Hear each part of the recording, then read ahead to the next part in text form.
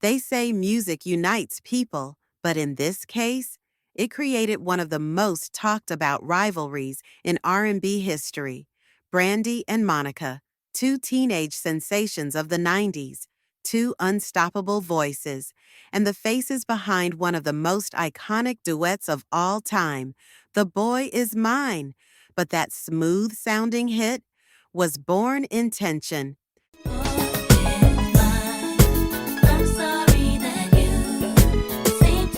Behind the scenes, things were anything but harmonious.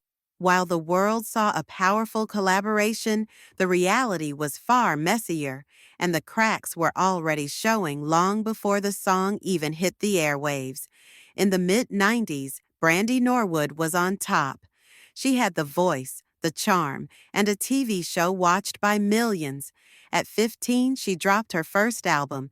At 16, she was starring in Moesha, winning over America with every smile. She was polished, marketable, a brand. Monica Arnold, a completely different force. No sitcom, no media polish, just raw talent and a voice that carried pain, soul, and power far beyond her years. She released her debut album Miss Thang at 14. And from the very first track, people knew this girl wasn't just here to sing. She was here to dominate. So what did the industry do? Exactly what it always does when two young black women shine at the same time. It placed them in competition. Brandy versus Monica, the girl next door versus the fierce Atlanta powerhouse. It didn't matter that there was room for both. They were pushed into opposite corners before they even had a chance to meet. The tension didn't come out of nowhere. It was carefully built by comparisons, headlines, fan debates, and label politics. And by the time The Boy Is Mine was conceived, that pressure was already reaching its boiling point. Brandy's team had a plan. Inspired by The Girl Is Mine from Paul McCartney and Michael Jackson, they wanted a back-and-forth duet, a musical battle over one man, a dream collab on paper. But Monica, she wasn't feeling the dream. The two didn't record together. Their vocals were laid separately in different studios, on different days. There was no playful studio banter, no bonding moment, just cold business. And when it came time to shoot the video, things got even colder. People who were there say Monica wasn't vibing with Brandy's polished image. She thought Brandy was trying to control the spotlight, not just in the song, but in the press, the visuals, everything. On the flip side, Brandy reportedly felt Monica was standoffish, aggressive even. Two teens, two rising stars, and no one around them offering real guidance. Then came the moment no one talks about without a raised eyebrow, the 1998 MTV VMAs. Right before their live performance of The Boy Is Mine, things allegedly exploded backstage. Monica, according to multiple sources, slapped Brandy. Not a tap, a real slap. Seconds later, the two walked out in front of millions and delivered a flawless performance. But beneath the harmonies, the smiles were strained. The air between them, ice cold. After The Boy Is Mine shot to #1 and broke records, you'd think things would finally settle. That maybe, just maybe, success would bring them closer. But no. Monica later admitted she hated doing press for the song. She felt like she was being sidelined, like it was Brandy's record and she was just a feature, even though the track appeared on both of their albums. Even the title had been a point of disagreement. Monica allegedly wanted to call it That Boy's Mine. Brandy's version won. Again. From that point on, the silence between them was deafening. No joint interviews, no performances, no acknowledgement of each other's success. If they mentioned the other, it was calculated, careful, and devoid of warmth. Years passed, fans speculated, rumors spread, and while both artists continued building their own legacies, The Boy Is Mine remained this iconic hit tied to a story nobody really wanted to unpack. until 2012. That year, something unexpected happened. Brandy and Monica reunited for a new duet, It All Belongs to Me. A fresh start, a peace treaty. That's what fans hoped. But the vibe told another story. In interviews promoting the song, Monica was calm, composed, but distant.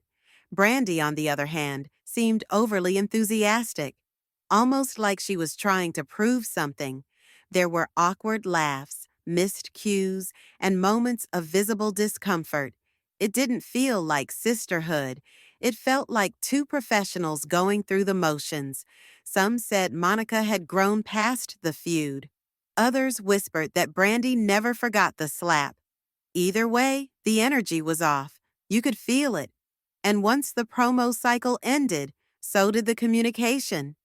Again, then came 2020.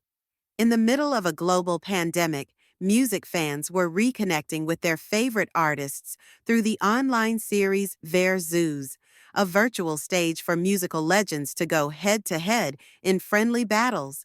And when Brandy and Monica were announced as the next pairing, the internet went wild.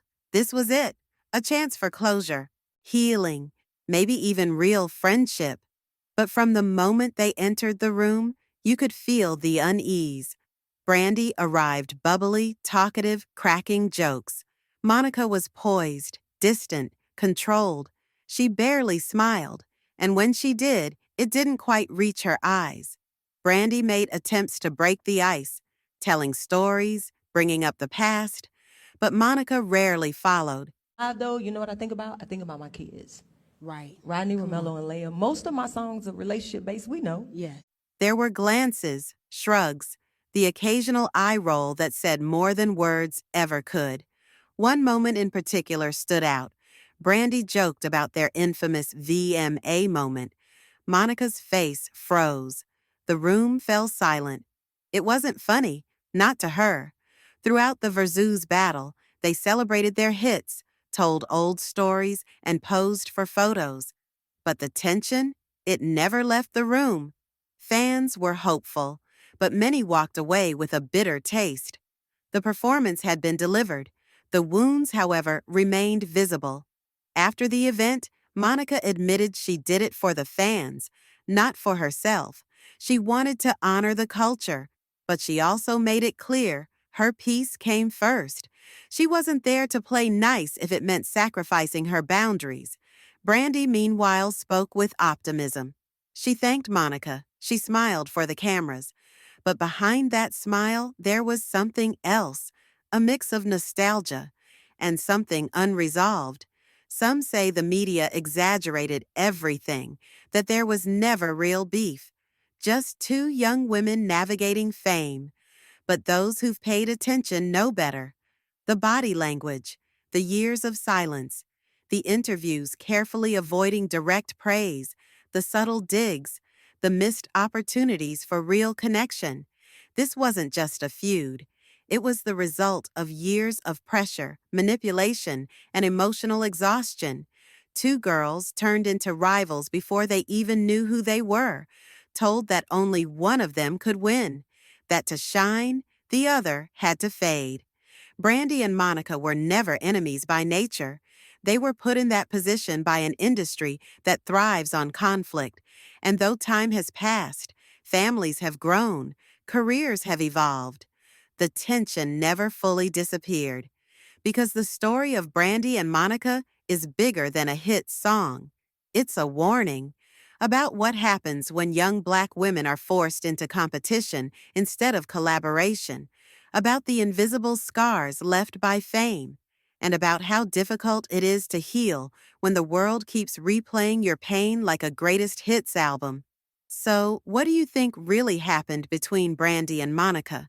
Was it about ego? Was it deeper than that? Or was it just two girls caught in the wrong story? Tell us what you think in the comments, and don't forget to like, share, and subscribe for more true celebrity stories.